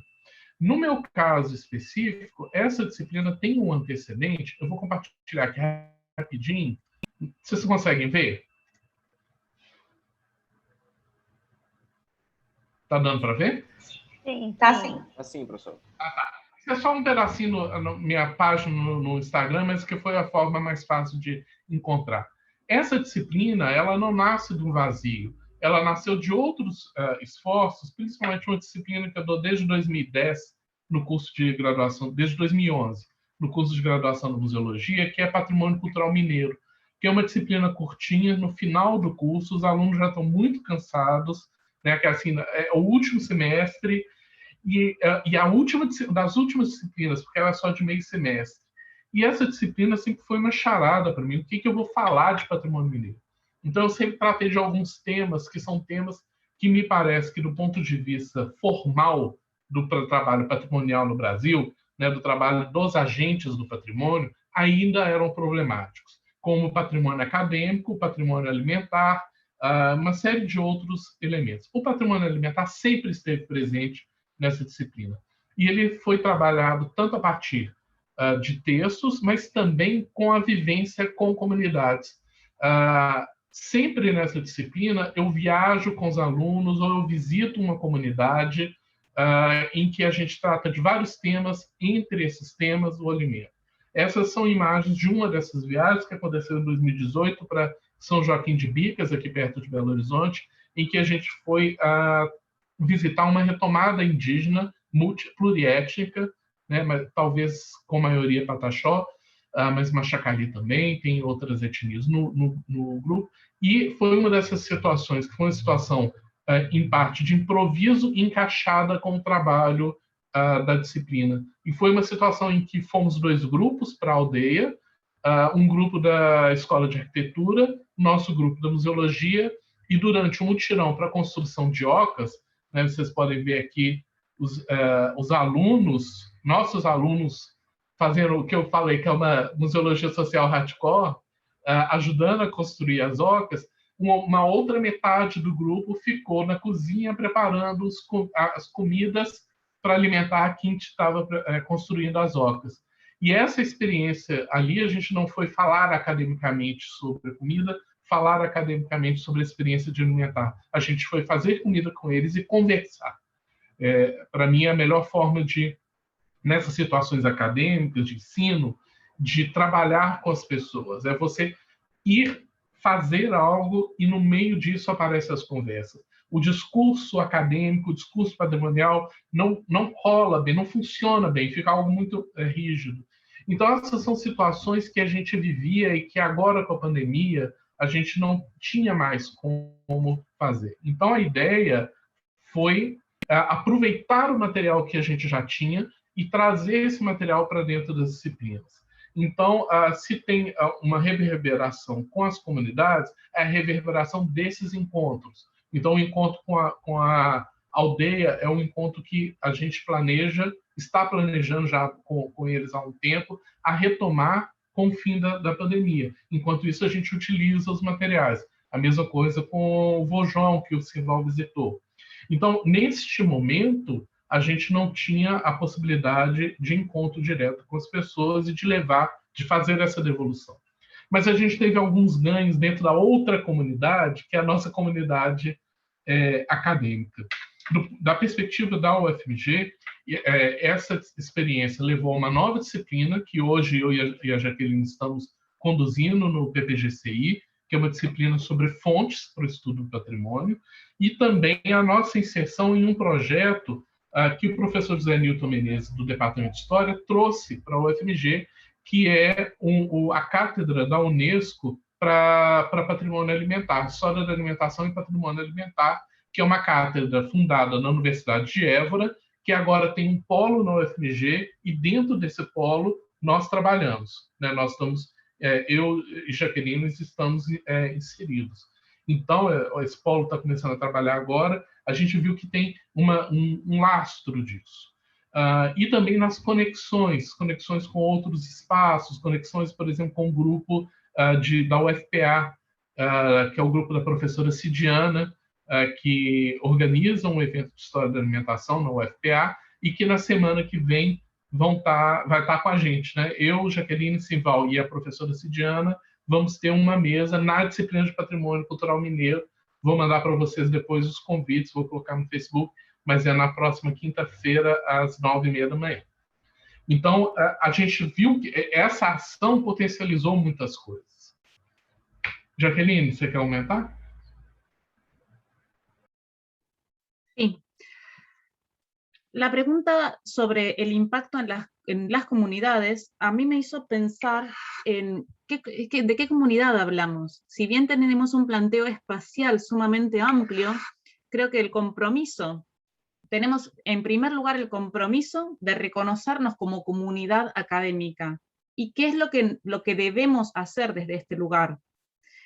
Y desde este lugar, como comunidad académica, yo creo que ha tenido un buen impacto, que se ve en las cosas que estuvo enumerando René, las acciones que él estuvo enumerando, distintos encuentros, este encuentro también, las diferentes, o sea, cómo esto repercute en nuestros alumnos y alumnas, en el sentido de abrir, consolidar, llamar la atención para líneas de investigación.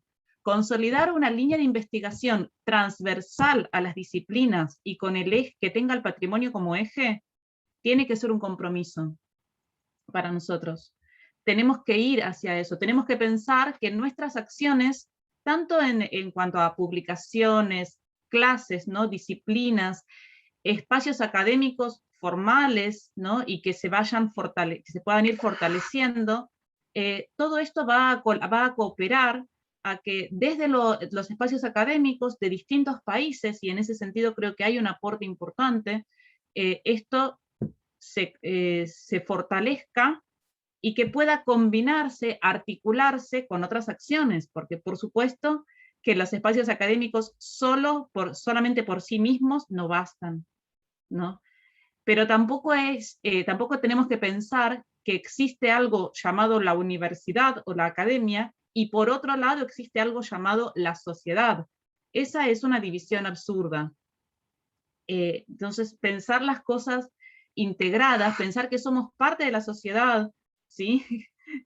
Parece absurdo decirlo así, pero a veces en la universidad se hacen esas divisiones, ¿no? La comunidad por un lado y la universidad. Bueno, pensar que somos las personas, somos nosotros quienes transitamos desde la cocina a las aulas universitarias, desde este espacio quilombola al espacio formal de la academia, ¿no?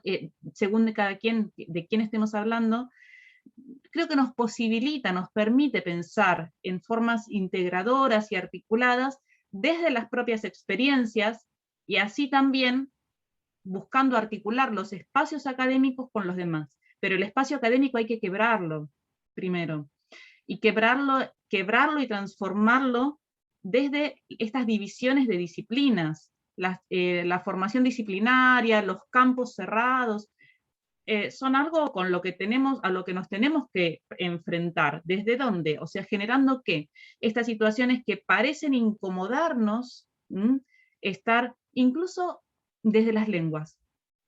Yo estoy hablando en español, ustedes están hablando portugués, y esto genera muchas veces, lo vemos constantemente en nuestros estudiantes, genera una incomodidad. Bueno, colocarnos en esa situación de incomodidad, de estar escuchando algo que no es nuestra lengua de origen, es un desafío y al mismo tiempo abre conexiones. De la misma manera las disciplinas, y de la misma forma también buscar esta situación desafiante de articular y de integrar diferentes espacios, que son transitados por las mismas personas muchas veces, pero que en la ficción aparecen separados, ¿no? La universidad, las comunidades locales, los museos, etcétera, etcétera, etcétera. Entonces mi comentario es ese, que el impacto y la respuesta, el impacto que ha tenido esta experiencia, lo consideramos positivo por haber despertado el interés, pero también lo vemos incipiente, lo vemos como algo inicial, que se va sumando y se va nutriendo de distintas acciones, y que bueno, nos deja con entusiasmo por hacer más. Y ya, muchas gracias.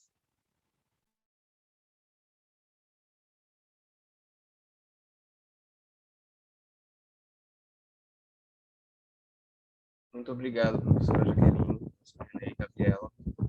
Vou pedir que o Souza faça também uns comentários, e a gente também está se encaminhando para o final, né? A gente vai encerrando agora por volta de meio-dia.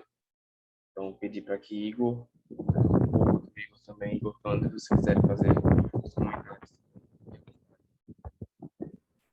Bom dia, pessoal, tudo bom? Vocês estão me ouvindo bem? Acho que Marcelo está em meio a uma ventania aí da orla de Recife, que deve estar ensolarada, diferente da de Salvador, que está chuvosa. O sol abriu, está muito bonito aqui agora. Gente, bom dia. Antes de mais nada, eu gostaria muito de agradecer a presença de vocês. É um processo que vocês acompanham, já tem meses, né, de convite, de produção. Antes do convite tinha uma curadoria. Quando os temas e os nomes foram aventados e os nomes de vocês surgiram, foi com muita empolgação que nós decidimos convidá-los, né? Gabriela, ela é egressa de um programa de pós-graduação que nós temos muito afeto, porque tanto eu quanto o Marcelo também somos egressos desse programa do IFAM. Acho que quem não conhece, é um programa de mestrado profissional que nasceu como uma especialização e que virou um mestrado profissional, teve esse upgrade, e vem formando gente em todo o território nacional, e inclusive estrangeiros, né, numa relação de política sul-sul, com ibero-americanos, sul-americanos, latino-americanos e cidadãos de países lusófonos. E foi um pouco com essa intenção que nós preparamos esse boletim. O professor René Lomes comentou a presença de pessoas diversas. Então, nós temos colegas pesquisadores de países hispanófonos, né? Como Juan, um dos nossos líderes aqui do Observatório. Nós temos colegas pesquisadores da Espanha, como Laura Palacios, nós temos colegas da Venezuela, que nos acompanham há algum tempo, porque a ideia nossa, convidamos colegas africanos e de outras nacionalidades, mas não tivemos um retorno positivo, porque todo mundo muito atarefado, né, com esse universo pandêmico, e que, como tudo na vida tem dois lados, ele nos afeta negativamente, mas ele que possibilita que nós estejamos hoje aqui também, com essa expertise de nos vermos à distância em diversas localidades do país. E essa também é uma característica do Observatório da Diversidade Cultural, né? Nós somos pesquisadores do campo da cultura, das diversas áreas da cultura e de diversos ambientes do território nacional.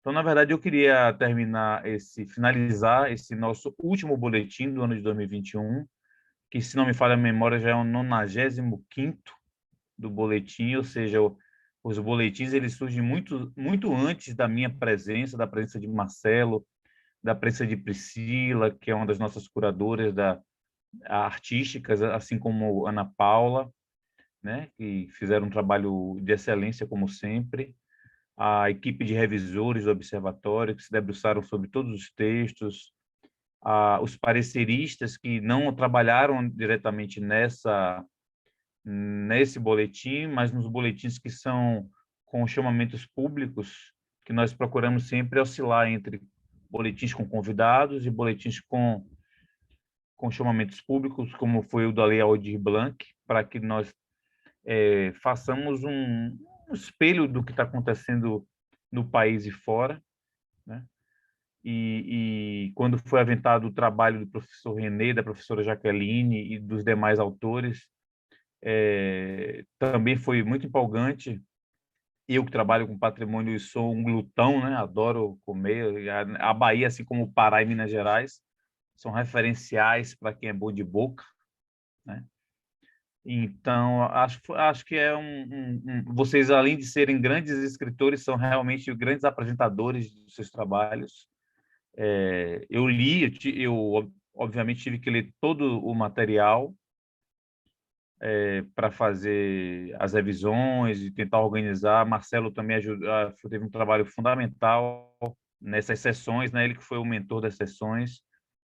E tê-los aqui hoje é muito bom. Eu gostaria de agradecer mais uma vez a todos que participaram aqui hoje, que estão presentes como ouvintes, e queria saber se alguém tem uma palavra final, Juan, algum membro do observatório, alguma pessoa, e depois disso vou passar para as palavras finais, né, dos nossos convidados espalhados nesse grande Brasil que nós temos. Jaqueline está no Brasil, está na Argentina? Na Argentina. Na Argentina? Olha, o observatório é internacional mesmo, né? O nosso argentino Juan está em Alagoinhas, né? Então nós temos um alagoense entre nós. Você quer dar uma palavra, Priscila? Você que foi você ou Ana Paula, que foram as nossas grandes curadoras artísticas. Eu quero agradecer, né, as falas que foram muito ricas e expande, né, o boletim. Eu acho que essa é uma proposta constante, assim, né? Por isso também as obras, né, no boletim, que eu sempre reforço isso, que não estão ali para ilustrar, mas para dialogar, para tensionar, para trazer, para ampliar, né, uma percepção que às vezes não é nem o que a gente viu, eu ou Ana Paula, mas o leitor, né, o coautor, porque a partir do momento que você acessa, você também está criando uma autoria ali, né? Está criando um outro conteúdo que às vezes não é o que a gente viu. Então, a ideia é essa ampliação, né? Esse diálogo, esse tensionamento ou essa afirmação, né? Do que está posto ali em texto, né? Através da imagem. Então, agradecer também aos artistas colaboradores, para além dos artistas, né, dos escritores, né, de quem propôs, quem está lá com o texto, toda a equipe do ODC também, do boletim, a Carol, que eu não sei se está aqui, que fez o design, que no fim ela assim, é a que fecha, né, com chave de ouro, porque ela vai reunir tudo e fazer toda essa diagramação. Então, foi um grande prazer. Obrigada, Carol. Porque a gente fica, né, no aguardo dos artistas, né, de tudo dos revisores, aguardando o texto, né, nessa troca com quem escreveu, a gente fica com os artistas para mandar a imagem em alta resolução, preencher a ficha para a gente ter as informações certinhas. E aí a Carol que fica só ali no aguardo, ela é o goleiro, digamos assim, né? Na hora que a gente manda para ela pegar todas as informações e aí a gente conseguir lançar. Então, muito obrigada. E muito feliz também com a fala aqui. Eu falei, me deu até fome, né? Eu fiquei imaginando assim, um livro de receita contando a história, com as ilustrações, de repente com QR Code que mostra a imagem lá de quem está fazendo, está produzindo uma coisa, né? Nossa, eu acho que podia ser incrível também, se conseguir, né? Mas é isso. Então, muito obrigada e um bom final de semana para todos, todas e todos. Mais alguém quer se pronunciar? Só de forma sucinta com essa voz e continuar assim, mas agradecendo a todos pela participação. E hoje temos uma presença, né, que apareceu um pouco, que foi o professor José Márcio Barros, mas que é o coordenador, né, o fundador, junto com a nossa madrinha aqui, a Gisele Dupin, do observatório, né, que é ONG, que é grupo de pesquisa também, que está crescendo e se consolidando cada vez mais. E de alguma forma essa pandemia para nós foi um processo de amadurecimento assim muito importante enquanto grupos de pesquisa também. Então, só registrando também, e bom, e nesse processo o professor José Márcio Barros também aos poucos delegando, né, cada uma das tarefas e dos processos. Então, embora simbolicamente ele não esteja, só apareceu um pouquinho, mas agradecer também, né, para ele e para cada um dos pesquisadores que estão aqui, dos convidados, e já imaginando, então, todas as coisas positivas que vão vir para o futuro. Então, acho que agora a gente pode, né, escutar aí os colegas e fazer o encerramento. Sim, mais alguém quer se pronunciar? Caso contrário, eu vou passar para uma fala de despedida dos nossos convidados e vamos nos encaminhar aos nossos almoços, né? Queria só agradecer aí o pessoal que esteve na coordenação com a gente desse boletim. Foi um trabalho muito rico, o boletim ficou muito lindo. E agradecer as falas de todo mundo. E agradecer também por esse ano que a gente teve, né, de construções e crescimento dentro do observatório. Eu também queria agradecer, dizer que o ADC fecha o ano, né, com um boletim maravilhoso, né, pensando nesse processo. Essa semana saiu aí a repercussão, né, do investimento da cultura no Brasil, né, que cada vez mais vem sofrendo cortes. Então é fundamental nós, enquanto pesquisadores, né, enquanto sociedade, continuarmos atentos aos processos, né, patrimoniais, culturais diversos que acontecem no nosso país. E acho que nós conseguimos nessa manhã fecharmos com chave de ouro o nosso ano de pesquisa, um ano sabático, né? Mas um ano que rendeu frutos que nós esperamos que estejam cada vez mais expandidos. Obrigado.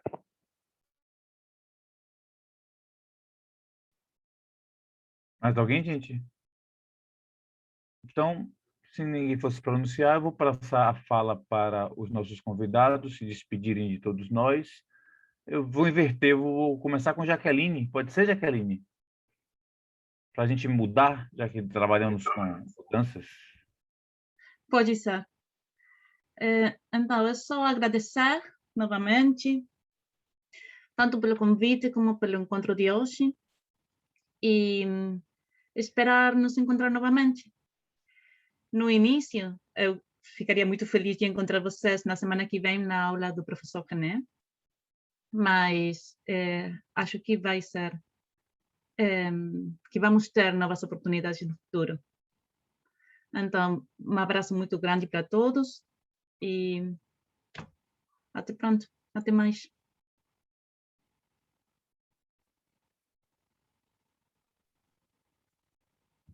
Professor René?